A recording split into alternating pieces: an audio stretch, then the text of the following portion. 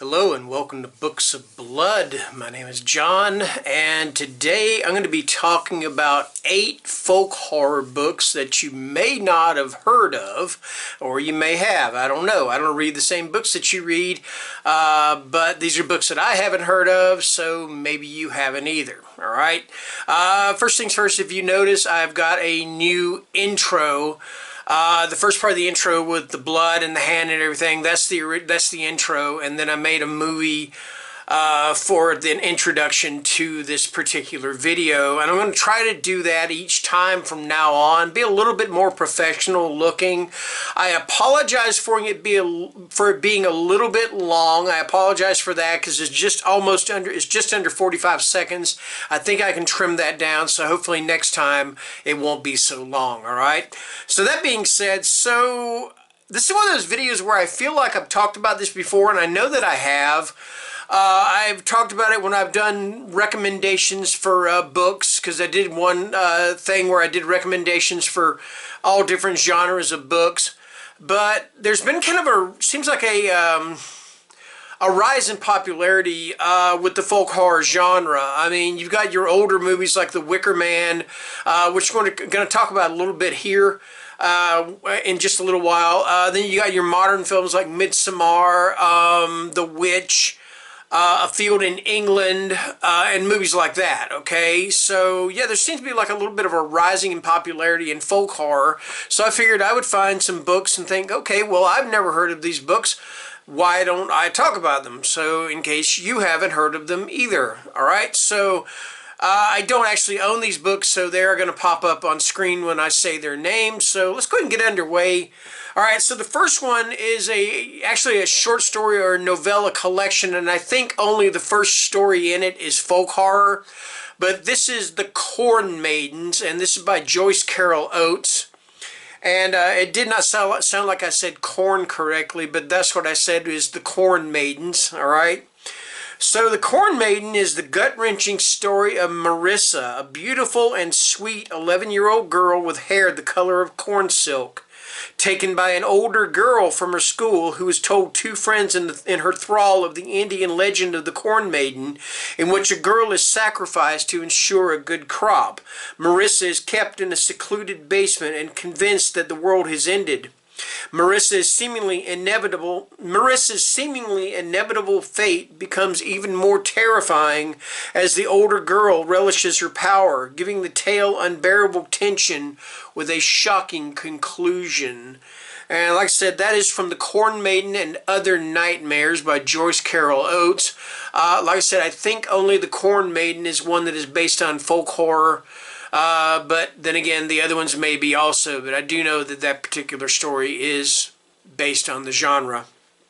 All right.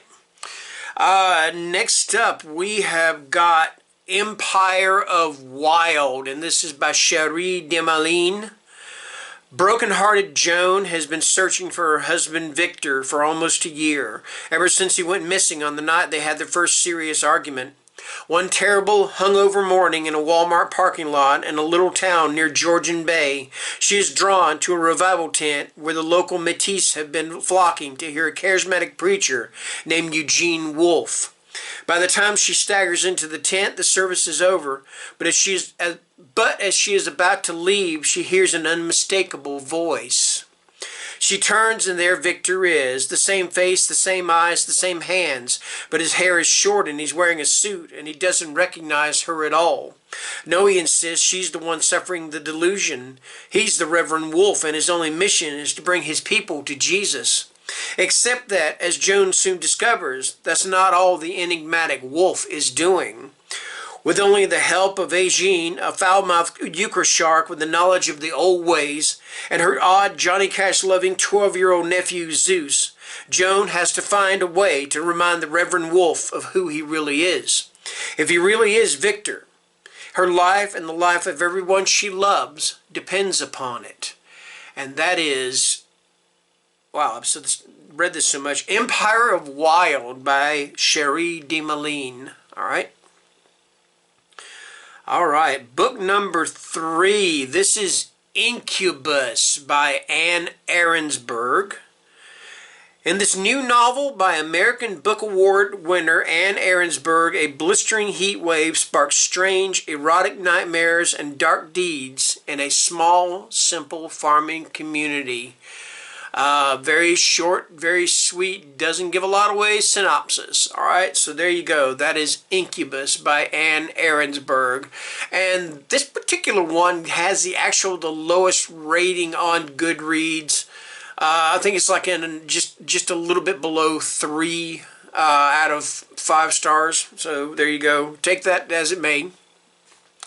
Number 4, we have got Little Darlings by Melanie Golding.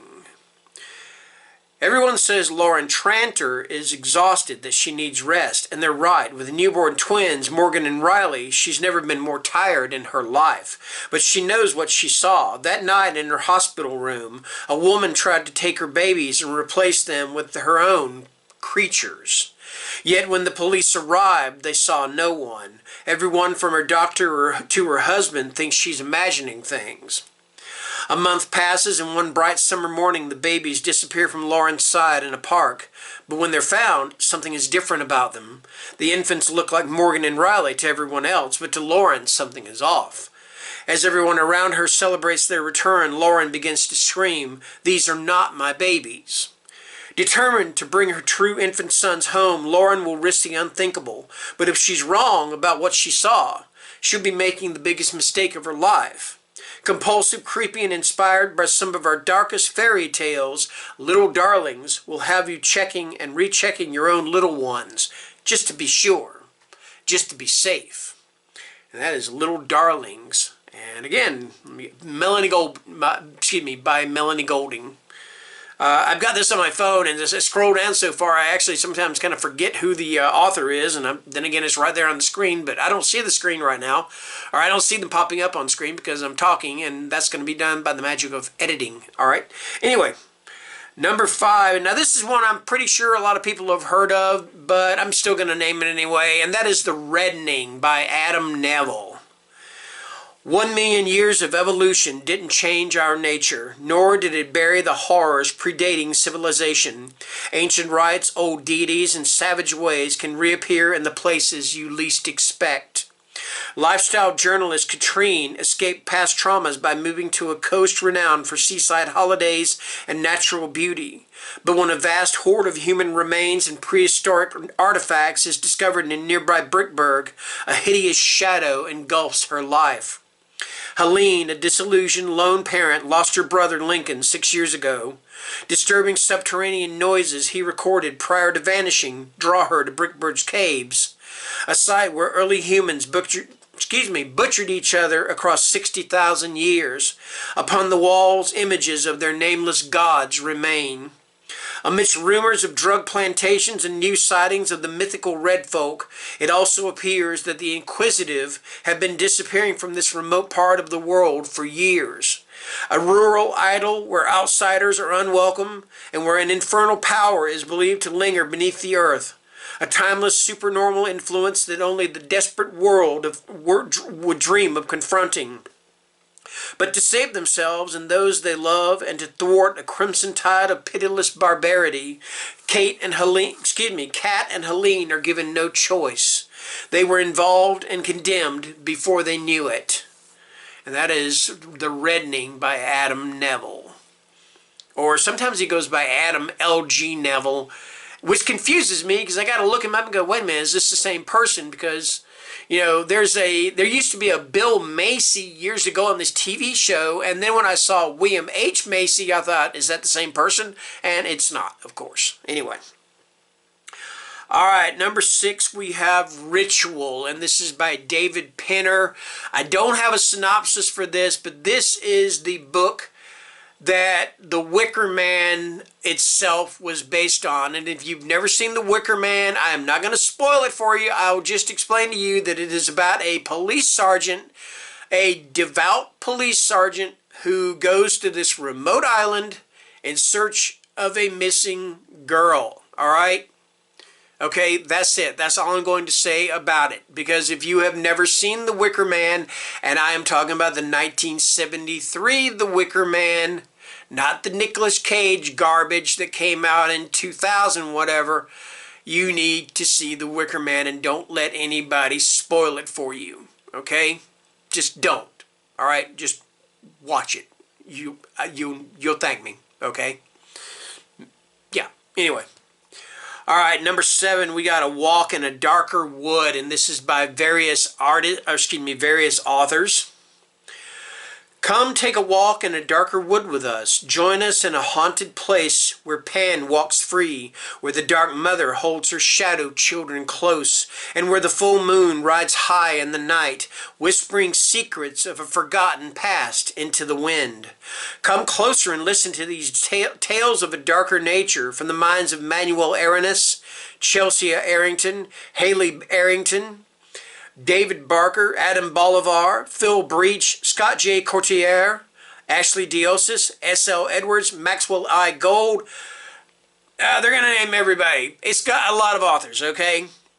With a foreword by Sarah Walker, Scott J. Couturier, and Shane Keene, and artwork by Dan Sauer, Sarah Walker, Ann Sessler, and Kai Bryan.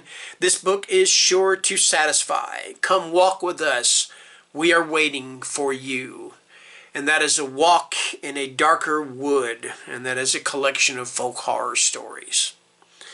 Alrighty, and finally we have by Gemma Files, and this is We Will All Go Down Together. Every family has its monsters, and some are nothing but. In the woods outside Overdeer, Ontario, there are trees that speak, a village that doesn't appear on any map, and a hill that opens wide, entrapping unwary travelers. Music drifts up from deep underground while dreams and nightmares take on solid shape, flitting through the darkness. It's a place most people usually know better than to go, at least locally, until tonight when 5 bloodlines mired in ancient strife will finally converge once more. Devish, Glauer, Rusk, Drewer, and Rook. These are the clans who make up the notorious 5-family coven. 500 years ago, this alliance of witches, changelings, and sorcerers sought to ruin and recreate the earth in their own image, thwarted only by treachery that sent half of them to be burned alive. Driven apart by rage and hatred, their descendants have continued to feud, intermarry, and breed with each other throughout the centuries, ever more destructively intimate. But now from downtown Toronto to the wilds beyond, where reality's walls grow thin, dark forces are drawing the coven's last heirs to a final confrontation. Psychics, ex-possessees, defrocked changeling priests, shamans for hire, body-stealing witches, and monster-slaying nuns. The bastard children of 1,000 evil angels, all are haunted by a ghost beyond any one person's power to exorcise unless they agree to stand together once more, at least long enough to wreak vengeance upon themselves. And that is it. That is 8 folk horror books that you may not have heard of, or again, maybe you have. I don't know. Anyway, this is going to post on Friday. And on a personal note, it is Wednesday afternoon. Tomorrow at 10:30 a.m. we have got an appraiser coming to look at our house, and we are trying to refinance our house. So please pray for us, wish us luck, whatever you got to do to help us with this. I wholeheartedly would appreciate it. And until next time, take care and stay scared. Bye-bye.